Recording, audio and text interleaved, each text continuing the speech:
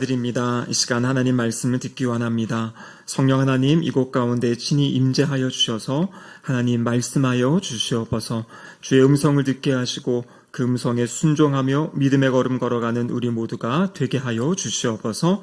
설교자 입술을 주장하시사 하나님의 말씀이 온전히 선포되게 하여 주시옵소서. 예수님의 이름으로 기도드립니다. 아멘. 요즘에 우리나라도 이제 마약 청정국이 아니다 이런 얘기가 있습니다. 젊은 세대 가운데 이 마약의 문화들이 스며들어가고 있고 또 알게 모르게 그런 영향력을 지금 받고 있는 상황입니다. 우리가 잘 알고 있는 미국이라는 선진국인데요. 사실 그 나라는 오래전부터 이 마약의 문제로 많이 힘든 어려운 상황들을 겪고 있습니다. 미국에 한 소년이 있었는데요. 이 소년은 13살 때 처음 대마초를 피기 시작했다고 합니다.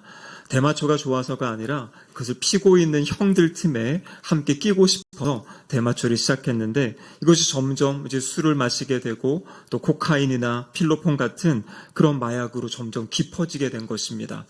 더 이상 자신의 삶을 통제할 수 없고요. 중간중간에 의식을 잃기도 하고 구토를 하고 이 마약의 중독에 의한 여러 가지 안 좋은 증상들이 이 몸에서 나타났다고 합니다.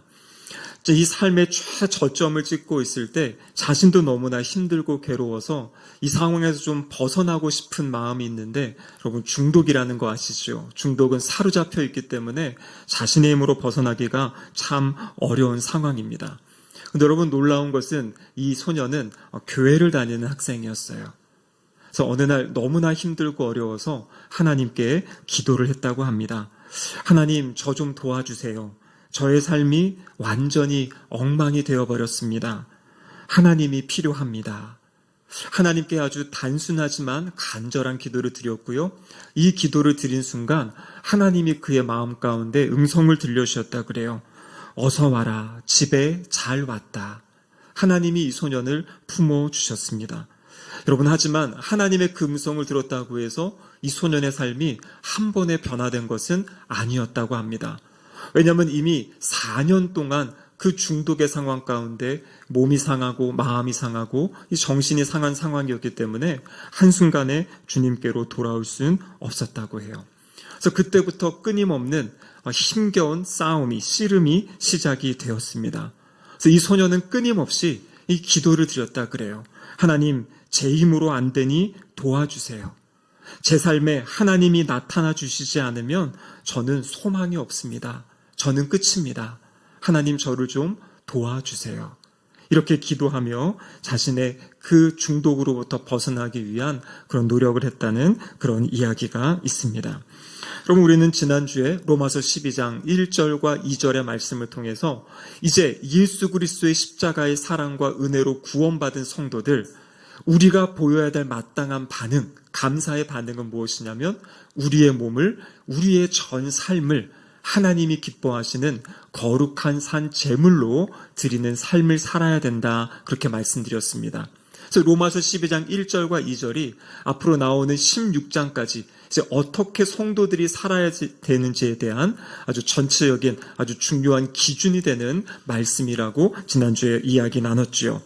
오늘 우리가 읽은 본문 이 4절부터 13절까지는 바로 어떠한 내용이냐면 그러면 우리가 교회에서 어떻게 하나님의 산 제물로서 영적 예배를 드리는지에 대해서 말씀하고 계시고요.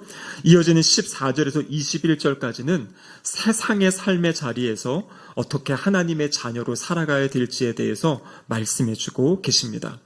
여러분, 그런데 성경학자들에 의하면 이 순서에도 참 중요한 의미가 있다라고 하는 것이에요. 우리가 하나님의 자녀로 어떻게 살아가야 지는지에 대해서 배우고 또 실천하고 그것을 행하는 그 첫 번째 장소가 어디냐면 교회다라는 것입니다. 그래서 교회에서 잘 준비되어지고 훈련되어지고 다듬어진 그 인격이 세상에 나가서도 그러한 하나님의 자녀로 살아갈 수 있다라는 것을 오늘 본문의 이 순서를 통해서도 우리에게 말씀해주고 계십니다. 그런데 오늘 본문은 이 교회에서 우리가 어떻게 살아야 될지에 대한 내용이 이제 9절부터 나오게 되는데요.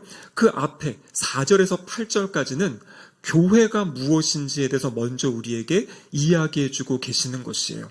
그래서 교회가 무엇인지를 바로 알고 그 교회 안에서 우리가 어떻게 하나님의 자녀로서 살아가야 될지, 그것을 오늘 본문이 우리에게 가르쳐주고 계십니다. 오늘 본문 12장 5절 말씀인데요. 우리 5절 말씀 같이 한번 읽어보겠습니다. 이와 같이 우리 많은 사람이 그리스도 안에서 한 몸이 되어 서로 지체가 되었느니라. 아멘. 여러분, 여기 보시면은요, 우리 많은 사람이, 여기 우리 모여있는 우리 성도님 한 명 한 명, 우리 모두가 그리스도 안에서 한 몸이 되었다, 이렇게 말씀하고 계세요. 그래서 성경은 교회를 무엇이라고 이야기하냐면 교회는 바로 예수 그리스도의 몸이다, 이렇게 말씀하십니다. 그리고 예수님께서 그 몸의 머리가 되시고 우리 모든 성도는 그 몸의 지체가 된다라고 성경은 우리에게 말씀하고 계시는 거지요. 여러분, 여기 보면 그리스도 안에서 한 몸이 되었다, 이렇게 이야기하는데요. 여러분, 한 몸 하면은 어떠한 내용이 떠오르십니까? 한 몸이 된다. 바로 창세기 2장에 나와 있는 아담과 하와를 하나님이 만나게 하시고 그들을 이제 한 가족이 되게, 부부가 되게 하시죠. 그때 주셨던 말씀이 무엇입니까? 남자가 부모를 떠나 아내와 합하여 둘이 한 몸을 이룰지로다, 이렇게 말씀하시죠.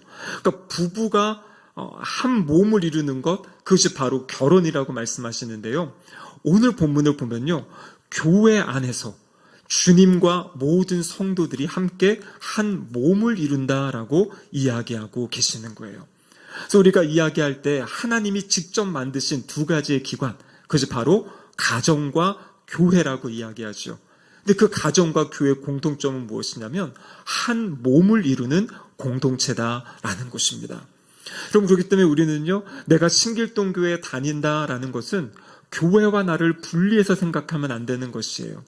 우리 신길동교회 이 건물은 예배당입니다. 이 예배당 안에 있는 성도들, 우리가 함께 모였기 때문에 하나님이 믿는 사람들이 모인 이 모임이 바로 교회라는 것이죠. 아무리 예배당이 멋있고 아무리 예배당이 잘 세워져 있어도 그 안에 예수님을 믿는 사람들이 없다면, 성도들이 없다면 그것은 더 이상 교회가 될 수 없잖아요. 그래서 요즘에는 이 교회 건물들이, 이 유럽 같은 데 보면은 성도들이 다 떠나고 없어가지고 교회 건물이 식당이 되기도 하고 카페가 되기도 하고, 그래서 중요한 것은 이곳에 모인 성도들이 있기 때문에 우리 신길동 교회가 있다라는 것이에요. 여기서 성도님 한 분 한 분이 그 마음을 가지셔야 돼요. 교회는, 내가 섬기는 이 교회는 바로 내 몸이다 라는 그 마음을 가지고 이 교회를 섬기시고 교회를 사랑하셔야 된다라는 것입니다. 그래서 교회와 내가 이 분리된 것이 아니에요. 내가 신길동교회에 속해 있기 때문에 우리 신길동교회가 세워져 가는 것이고요. 내가 신길동교회의 성도이기 때문에 우리 신길동교회가 든든하게 그렇게 자라갈 수 있다라는 것입니다. 여러분, 오늘 본문에 보시면은요, 그리스도 안에서 한 몸이 되었다. 여러분, 그 성경은요, 이 교회를 끊임없이 몸의 비유를 가지고, 근데 놀라운 것은 이것은 단순히 비유일 뿐만 아니라 실제적인 이 영적인 역사가 있다라는 것입니다. 여러분, 오늘 본문에 보면요, 한 몸이 되어 서로 지체가 되었다, 이렇게 되어 있죠. 그래서 우리가 가져야 될 중요한 의식은 무엇이냐면 지체 의식을 가져야 되는 것이에요. 하나님께서는 이 땅에 다양한 교회들을 세우셨습니다. 이 온 교회의 주인은 누구십니까? 바로 하나님이시고 예수 그리스도가 머리가 되세요. 근데 보면은 어떤 교회는 규모가 큰 교회도 있고요. 또 어떤 교회는 아주 작은 교회도 있습니다. 근데 하나님 보실 때에는 이 규모가 중요한 것이 아니에요. 하나님께서 각 지역에 또 하나님의 뜻에 따라 각 교회가 맡겨진 어떤 사역들, 사명들, 역할들이 있다라는 것이죠. 그래서 우리 신길동 교회에도 하나님이 주신 그 역할이 있는 것이에요. 그 역할을 감당하라고 우리를 이곳에 함께 모이게 하시고 한 몸이 되고 한 지체가 되게 하셨다라는 겁니다. 그래서 오늘 본문에 보면 각 지체, 6절에 보면 이런 말씀이 있죠. 우리에게 주신 은혜대로 받은 은사가 각각 다르니, 그래서 모든 성도에게는 하나님이 은사를 주세요. 은사. 그래서 우리가 해야 될 것은 나에게 주신 은사가 무엇인지를 찾아볼 수 있어야 돼요. 어떤 분들은 하나님 말씀을 가르치고 전하는 것, 교사로서 아니면은 구역장으로서 이 말씀 전하는 말씀을 잘 가르치시는 분들이 있습니다. 또 어떤 분들은요, 이 행정적인 능력이 있어가지고요, 어떤 것을 맡겨드리면은 그 내용을 잘 조직해서 그 모임을 잘 이끌어 가시는 분도 있어요. 또 어떤 분들은 다른 사람을 섬길 수 있는 은사, 그래서 구제하고 섬기고 봉사하고 그런 일들을 또 잘하시는 분들이 있어요. 근데 하나님께서 우리 교회 안에는 그러한 다양한 은사를 가진 분들을 하나님이 모으시고요, 또 그 은사를 주시는 거예요. 그래서 오늘 본문에도 보면 여기 6절에 이렇게 되어 있죠. 예언하는 사람, 7절에 보면 섬기는 사람, 가르치는 사람, 위로하는 사람, 구제하는 사람, 다스리는 사람, 긍휼을 베푸는 사람. 이 모든 것은 사실 우리가 함께 해야 되지만 그 함께 하는 것 중에서도 특별히 이 일들을 잘하고 기쁘게 하고 즐겁게 하는 사람들이 있다라는 것입니다. 그래서 우리는요, 내가 그리스도의 몸된 교회, 내가 그리스도의 몸이다, 내가 교회다라는 생각과 함께 나는 이 교회의 지체다라는 이 지체의식을 가지고 살아갈 것을 이야기하고 계십니다. 그러면 오늘날은요, 이 교회 공동체를 떠나서 신앙생활 하시는 분들이 계세요. 이 기독교 통계를 보면 그러한 성도들이 오늘날 우리 한국교회 안에 약 100만 명 가까이 있다고 합니다. 지역교회, 이런 신길동교회, 또 우리 교회에 속하지 않고 그냥 온라인으로 예배드린다든지 아니면 이 교회 저 교회 다니면서 그냥 방문하면서 주일마다 그렇게 다른 교회를 찾아가며 예배드리는 분들이 있어요. 여러분, 이분들의 생각은 뭐냐면 신앙생활은 예배다 이렇게 생각하는 것이에요. 근데 여러분, 신앙생활에서 예배는 소중하고 중요한 것입니다. 가장 우선입니다. 하지만 예배가 신앙생활의 전부는 아니다라고 성경은 우리에게 말씀하고 계세요. 오늘 본문이 이야기하고 있는 이 은사, 하나님의 은사를 왜 주셨습니까? 은사를 통해서 교회를 세워가기 위해 주신 것이에요. 그럼 교회가 왜 세워져야 됩니까? 하나님이 교회에게 맡기신 사명이 있기 때문입니다. 여러분, 이 교회가 예수님의 몸이라는 것은 무엇을 이야기합니까? 예수님이 이 땅에 계실 때 예수님이 직접 사람들을 만나셨고요, 그들에게 말씀을 가르치시고 그들을 치유하시고 회복시키시는 일을 하셨지요.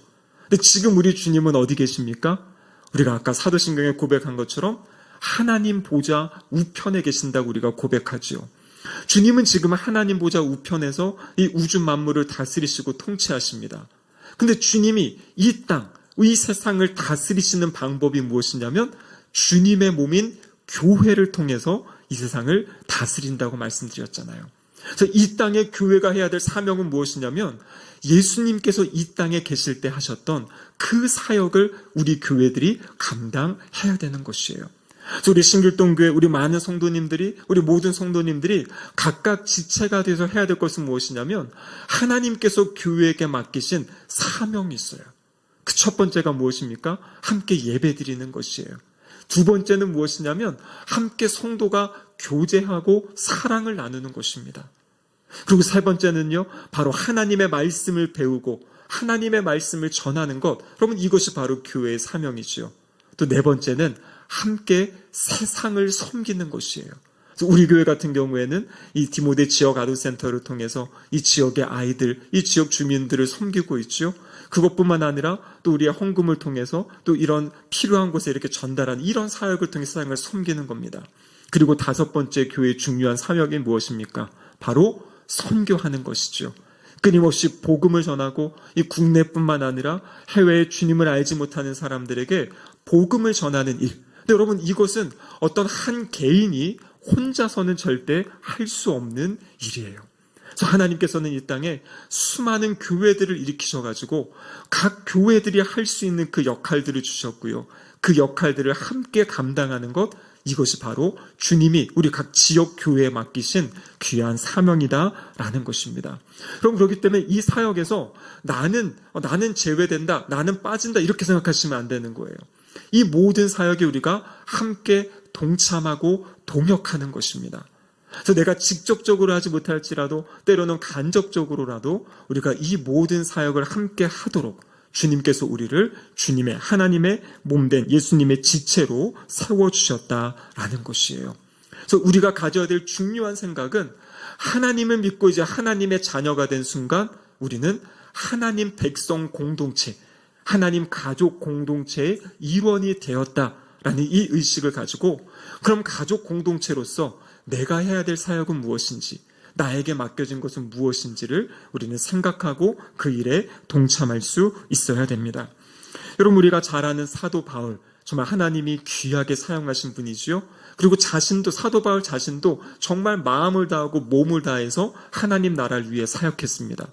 우리가 새벽마다 이 바울 서신의 말씀들을 쭉 살펴보았는데요. 여러분, 거기 보면 무엇이 나옵니까? 사도 바울이 끊임없이 교회들을 향해 이야기합니다. 내가 여러분을 위해 기도하고 있습니다. 이러한 감사의 기도를 하고 이렇게 간구 기도를 하고. 그런데 여러분, 서신서 뒤에 보면 어떠한 내용이 있습니까?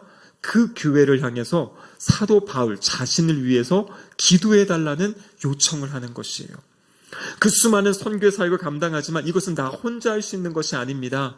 여러분들의 기도가 필요합니다. 여러분들의 격려가 필요합니다. 우리가 함께 마음을 모으는 것이 필요합니다라는 그 고백을 가지고 사역했던 분이 사도 바울입니다. 우리가 로마서 맨 마지막 장이 16장이거든요. 16장에 보면 사도 바울이 수많은 사람들의 이름, 33명의 이름을 언급합니다. 그러면서 무엇을 이야기하냐면 그들에게 문안하라, 그들에게 문안하라.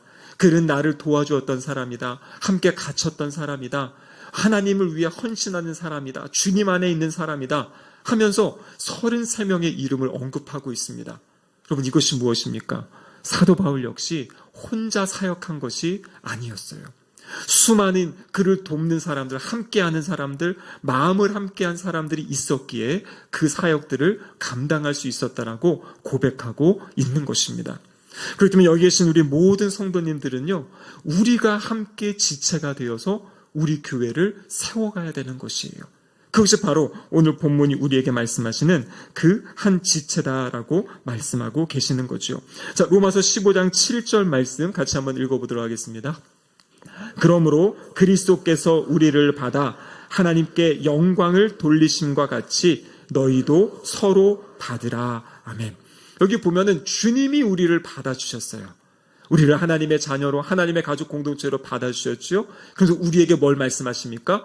너희도 서로 받으라, 이렇게 말씀하고 계신 거예요. 그러니까 예수 그리스도를 영접한 하나님의 사람들은 이제 하나님의 백성 공동체, 하나님의 가족 공동체인 교회의 성도들을 함께 받아라, 함께 용납하고 수용하고 함께 더불어 살아갈 것을 말씀하고 계시는 겁니다. 여러분, 그래서 오늘 본문 9절에 보면 이렇게 시작을 하죠. 사랑에는 거짓이 없나니 악을 미워하고 선에 속하라. 10절에 보면요, 형제를 사랑하여 서로 우애하고 존경하기를 서로 먼저 하라. 그래서 이 교회 안에서도 가장 중요한 것은 우리가 지체가 되는 그 연결된 고리가 무엇입니까? 사랑이라고 이야기를 하고 있는 것이에요. 사랑에는 거짓이 없다. 거짓이 없다는 것이 무엇입니까? 여기 거짓이라는 것은 위선이라는 것을 이야기합니다. 위선은 자신을 가리는 것이에요. 가면을 쓰고 상대를 대하는 것입니다. 여러분, 교회에서는 그렇게 하지 말라고 말씀하세요. 교회에서는요, 자기 자신을 드러낼 수 있는 곳이 돼야 돼요. 교회가 그것을 품어줄 수 있는 곳이 되어야 되고, 그 자신을 드러냈을 때 그 아픔을 함께 아파해 줄 수 있고, 또 함께 기뻐해 줄 수 있고, 서로를 세워줄 수 있는 교회 공동체, 하나님은 그것을 기대하고 계십니다. 그래서 오늘 본문에도 보면 그렇게 이야기하죠. 형제를 사랑하여 서로 우애하라. 여러분, 교회 공동체를 향해 형제라고 이야기합니다. 여기서 말하는 형제는 뭘 이야기하냐면 가족 공동체를 지금 이야기하고 있는 것이에요. 하나님을 아버지로 모시는 우리 모두가 한 형제이고 한 자매다, 이렇게 말씀하고 계신 거죠. 그럼 그래서 우리 교회가 장점이 있습니다. 작기 때문에 좋은 장점은 무엇이냐면 서로가 서로를 알고 서로가 서로를 형제와 자매로 대할 수 있는 것이에요. 우리 주보에 보면 누가 수술한 이야기들, 어디 해외 나가시는 이 작은 것까지도 함께 나누면서 서로의 상황들을 알고 또 서로를 위해 기도해 줄 수 있는, 그래서 누군가, 나는 혼자가 아니고 나는 함께 하나님을 예배하고 이 험한 세상을 함께 걸어갈 수 있는 믿음의 가족이 있다. 우리 교회가 나의 믿음의 가족이다. 그 마음을 가지고 또 서로가 서로에게 가족이 되어주는 삶, 그것이 바로 하나님이 기뻐하시는 성도의 삶의 모습이다라고 오늘 본문이 우리에게 가르쳐주고 계십니다. 그런데요, 이 모임이 언제나 즐겁기만 하면 좋은데 때로는 어려움이 있고 아픔이 있기도 하지요. 그리고 우리 가족도 마찬가지지 않습니까? 가족이 하나 된 것 같은데도 누가 어떠한 잘못된 행동을 한다든지 아니면 누가 좀 아프다든지 할 때 가족 전체가 어려움을 겪기도 하고 또 그리고 그 시간을 통해서 더 하나님을 찾게 되기도 하는 그런 시간들이에요. 우리가 기억해야 될 것은 이 교회에 모여있는 분들은 온전한 분들이 아니다라는 것이에요. 의롭다함을 받았지만 아직 우리들은 죄된 모습을 가지고 있고요. 또 상처 입은 모습, 연약한 모습을 가지고 있어요. 그래서 서로에 대해서 너무 높은 기대를 가지면 끊임없이 실망하게 되는 것이에요. 그럼 그래서 그런 얘기 있죠? 사람은 믿을 대상이 아니라 사랑해야 될 대상이다. 우리가 믿을 수 있는 분은 오직 하나님 한 분이고요. 우리 여기 계신 모든 분들은 서로 사랑해야 될 분들이에요. 근데 오늘 10절 하반절에 보면 서로 존경하기를 서로 먼저 하여라 이렇게 되어 있습니다. 그럼 이 존경한다는 것이 무엇입니까? 다른 사람의 가치를 귀하게 여겨주는 것이에요. 세상에서는 어떤 사람들이 능력에 따라서 그 사람의 가치를 인정해 줍니다. 그 사람이 뭐를 잘해야 또 무엇을 가지고 있어야 그 사람이 인정받는 것이 세상의 원리예요. 여러분, 하나님이 기대하시는 교회는 그렇지 않아요. 우리가 존귀하고 서로 존경할 수 있는 이유는 무엇이냐면 우리 모두가 하나님의 백성이기 때문에 하나님의 자녀이기 때문입니다. 때로는 내가 미워하기도 하고 때로는 내가 막하기도 하고 잘못하는 그 사람이 누구냐면 예수 그리스도께서 그를 위하여 십자가에서 죽으신 예수님이 그렇게 소중하게 여기시는 존귀한 사람들이다라는 것을 우리는 기억할 수 있어야 됩니다. 그래서 우리가 서로를 바라보며 서로를 생각하며 그래서 오늘 12절에도 보면 참으며 기도에 힘쓰라 이렇게 되어 있죠. 우리 신앙생활하는 공동체가 이 공동체 안에도 어려움이 있고 서로 다툼이 생길 수 있다는 것이에요. 다 부족한 사람들이고 연약한 사람들이기 때문에 그리고 또 하나님은 여러분 그것을 통해서 우리를 연단시키셔서 하나님의 사람들로 세워가시는 겁니다. 그래서 그 다스림 가운데 그 하나님의 만지심 가운데 세워지고 준비되어지는 과정 가운데 또 세상에 나가서 하나님의 자녀의 모습을 살아갈 수 있게 되는 거죠. 그래서 우리가 지체로서 함께할 때 하나님이 우리의 성품을 다스리시고 우리의 인격을 만드셔서 주님의 사람들로 빚어 가시는 것이에요. 그래서 우리에게 중요한 것은 우리 교회 공동체가 함께 서로 인내하고 서로 격려하고 서로 위로하고 세워주는 것, 그것이 중요하다라는 것이죠. 제가 처음에 이 마약 중독에 빠진 이 소년 이야기를 한 이유는 무엇이냐면 하나님께서 이 소년의 기도를 들으셨는데요. 어떻게 기도를 들으셨냐면 이 소년이 한 작은 교회 공동체를 만나게 돼요. 그래서 그 청소년 모임에 들어가서 자신의 아픔의 이야기들을 이야기하는데 어느 누구도 이 친구가 마약을 했다고 정죄하지 않은 것이에요. 이 친구의 이야기를 다 들어주고 받아주고 함께 기도해주고 그래서 이 친구가 그 안에서 하나님의 사랑을 경험하게 됩니다. 그 하나님의 사랑 때문에 하나님 말씀을 읽게 되고요. 그래서 6개월 동안 이 하교한 이후에 집에서 하나님 말씀 읽고 교회에 가서 그 공동체의 사랑을 나누고 그 삶을 살면서 지난 4년 동안 마약 중독에 빠져있던 삶에서 벗어날 수 있었다라고 그렇게 이야기하고 있어요. 그래서 자신이 벗어날 수 있었던 가장 큰 이유는 자신을 품어주고 자신을 기다려주고 격려해 주었던 교회 공동체 때문입니다라고 이야기를 하게 됩니다. 여러분 이 소년이 성장해가지고요. 지금은 그 미국 라스베가스에 약 2만 명이 모이는 교회가 있어요. 센츄럴 크리스처 교회라는 데인데 그 교회에 지금 담임 목사로서 약 20년간 지금 사역하고 있습니다. 그래서 하나님께서 그 마약 중독에 빠져서 어찌할 줄 몰랐던 그 사람을 이 교회 공동체를 통해서 구원해내셔서 지금 라스베가스 그 환락의 도시에서 상처 입고 아파하는 사람들을 치유하고 회복하는 그런 교회 지도자로서 하나님이 세워주신 그런 놀라운 역사들이 있다라는 것입니다. 여러분 말씀을 마무리하겠습니다. 하나님이 기대하시는 공동체는요. 부족하지만 연약하지만 함께 모여서 사랑을 나누고 은혜를 나누며 치유가 있고 회복이 있는 공동체예요. 세상에서 아픈 마음, 힘든 마음이 이 교회에 나올 때 하나님의 사랑, 성도 간의 사랑, 서로 간에 축복해주고 격려해주는 말 때문에 다시 또 힘을 얻고 또 다시 위로를 얻고 격려를 얻고 또 내가 어떻게 살아야 될지, 이 나를 사랑하는 사람들, 이 사람들이 보기에 내가 아름다운 삶을 살아야지 하면서 주님 말씀 붙잡고 세상에 나가 살아갈 수 있는 힘과 능력을 공급받는 것이 바로 우리가 섬기는 교회가 되어야 될 줄로 믿습니다. 우리가 함께 기도하면서 좀 우리 교회가 하나님이 기뻐하시는 그런 아름다운 성경에서 이야기하는 하나님이 기대하시는 공동체로 세워지는데 우리 모두가 함께 협력하시기를 주님의 이름으로 축복합니다. 아멘. 기도하시겠습니다. 하나님 아버지 감사드립니다. 험한 세상 살아가는데 우리에게 귀한 신길동교회 가족 공동체를 허락하여 주시고 함께 서로 기도하며 격려하며 위로하며 믿음의 길을 걸어가게 하심에 감사드립니다. 주님, 우리에게 맡겨주신 이 귀한 사명을 잘 감당하는 교회 되게 하셔서 지금도 이 땅에서 방황하고 힘들어하고 아파하는 심령들을 품을 수 있는, 또 치유하고 회복할 수 있는 아름다운 신길동교회 되게 하여 주시옵소서. 우리 모두가 그 일에 함께 마음을 다하고 함께 헌신하는 아름다운 우리 공동체 되게 하여 주시옵소서. 예수님의 이름으로 기도드립니다. 아멘.